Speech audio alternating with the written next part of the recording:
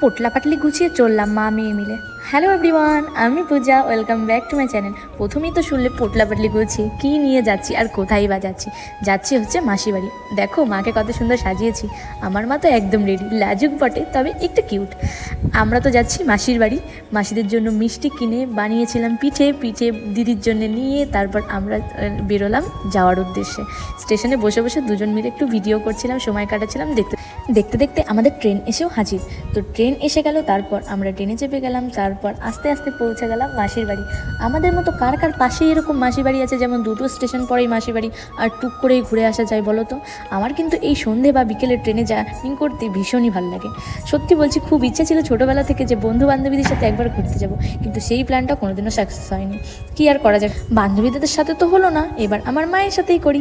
তো চলো দেখো, তার পরের দিন সকাল হয়ে গেছে, আর কোনো ক্লিপস নিতে পারিনি, বাকিটা নেক্সট ব্লগে। বাই।